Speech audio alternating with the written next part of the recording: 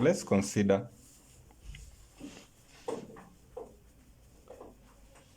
the following.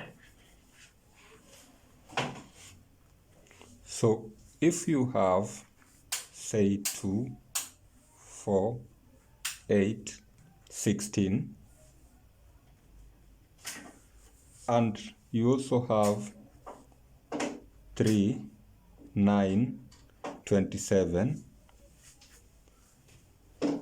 So what do you notice between these two examples? So you realize that if you want to proceed in example 1, from the first term to the second term, from the second term to the third term, and from the third term to the fourth term, there is something common that you multiply with the preceding term. So if we look at this first term is 2. For us to get to the second term, which is 4, we just need to multiply that by 2. For us to get here, we also need to multiply that by 2, and so on. This is exactly the same as what we are seeing in example 2, whereby the first term is 3, the second term is 9, the third term is 27. So for us to move from one term to the other, we simply multiply by a constant. And for this case, the constant is 3. So we realize that when we were looking at arithmetic sequence, the only difference is that we were adding a particular constant. We are either adding or subtracting a particular constant to get to the next term. However, in geometric sequence, we realize now that we are multiplying by a particular constant the term that is previous to get into the next term. And that brings us to the definition of a geometric sequence. So how do we define a geometric sequence? So the simple definition of a geometric sequence is that this is a sequence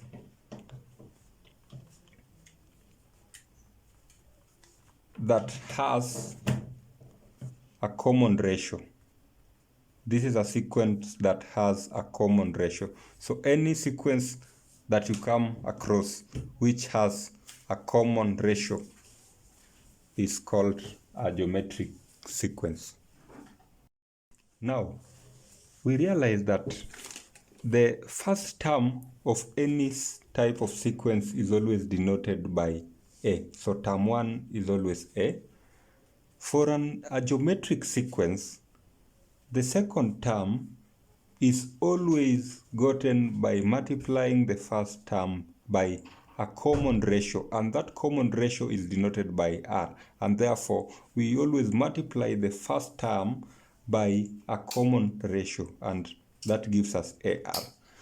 To get to the fourth term, again we always multiply the third term by the same common ratio, so AR squared multiplied by R, and this gives us AR to power 3, and so on. And therefore, to get the nth term of a geometric sequence, we have A R n minus 1.